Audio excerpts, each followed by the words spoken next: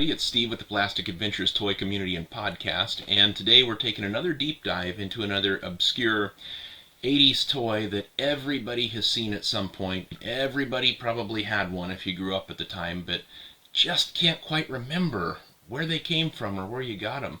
So we're going to be exploring Laser Force by Gay Toys.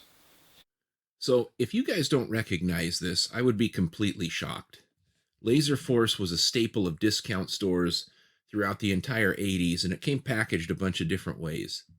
And essentially, it's the crowning jewel of the Gay Toys company as far as I'm concerned. Gay Toys started in the late 1960s, producing toy scale farm equipment and trucks, etc., etc. And I tried doing some digging on them, but I couldn't really find much. Apparently, they were to be some sort of an alternative to the higher end or more expensive die-cast toys of the time. But really, I believe the ultimate version of their product came in the 80s in the form of Laser Force. Essentially, you had Star Wars that came in and established a new champion for scale and size with the action figures at 3 3/4 inch and the vehicles to accommodate them. Several other companies and franchises followed suit, and thus the demand for toys to play with 3 3/4 inch scale figures was established. You had Mego and Remco getting into the game with various toy lines, but really a lot of these 3 3/4 inch figure lines were sort of devoid of vehicles. Even Battlestar Galactica from Kenner in the late 70s didn't feature any vehicles that played with their 3 3/4 inch scale figures. And there is one thing that we've learned over the times. It's that if there's room in the market for something to capture a little piece of the current hot toys market, then somebody's going to step up and do it. This is still very apparent today, as you can walk into virtually any Walmart and go to their generic toy section and see an assortment of jets, farm equipment, tanks that all kind of scale out to that 3 3/4, because quite simply, there's a market for it. So when I think about where we were at in the early 80s, we had Star Wars and a bunch of lesser lines of other 3 3/4 inch figures. There really was this perfectly ripe spot in the market for budget priced toys that could play with these figures. And as you can see here from this print ad, budget was definitely the name of the game. But that didn't necessarily mean that they were bad toys. In fact, it's quite the opposite, I believe. So I want to say that these toys were packaged in multiple different ways.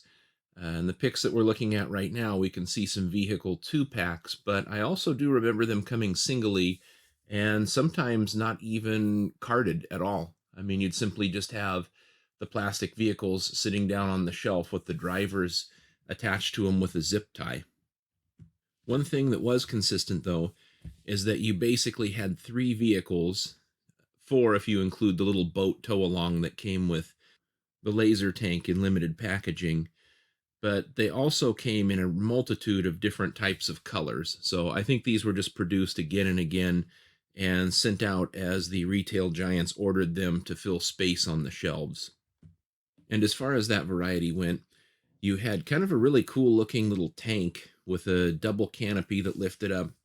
You had a jet fighter, and you also had a Land Rover. And they weren't completely just devoid of features. They actually had moving parts, including turrets and detachable missiles. And the tank vehicle actually had a storage area in the back that opened up. That's really cool considering that these vehicles retailed for about $3 a piece at the time.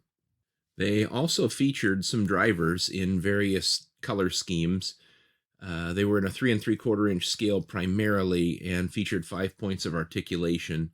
So even if they weren't that cool, you can imagine that they sort of inspired kids to think about what they could do with their cool 3 3/4 inch figures like Star Wars or Battlestar Galactica.